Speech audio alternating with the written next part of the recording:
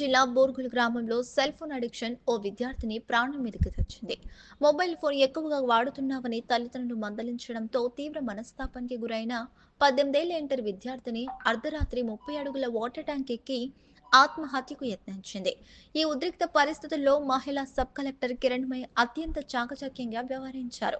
Fire సిబ్బంది సాయంతో ఆమె స్వయంగా నిచ్చెన ద్వారా వాటర్ ట్యాంక్ పైకెక్కారు. భయాందోళనలో ఉన్న విద్యార్థినితో మాట్లాడి కౌన్సిలింగ్ ఇచ్చి సురక్షితంగా కిందకు దించారు. దేశవ్యాప్తంగా విద్యార్థుల్లో పెరుగుతున్న మొబైల్ వాడకం మానసిక ఒత్తిడి తీవ్ర ఆందోళన కలిగిస్తోంది. 2022 ఎన్సీఆర్బీ నివేదిక ప్రకారం చదువుల ఒత్తిడి, కుటుంబ కలహాలతో 13,000 మందికి పైగా విద్యార్థులు ఆత్మహత్యకు పాల్పడడం పరిస్థితి తీవ్రతకు అద్దం పడుతోంది. సకాలంలో స్పందించి ఒక నిండు ప్రాణాన్ని కాపాడిన సబ్ కలెక్టర్ కిరణ్మయిపై స్థానికులు ప్రశంసల జల్లు కురిపిస్తున్నారు.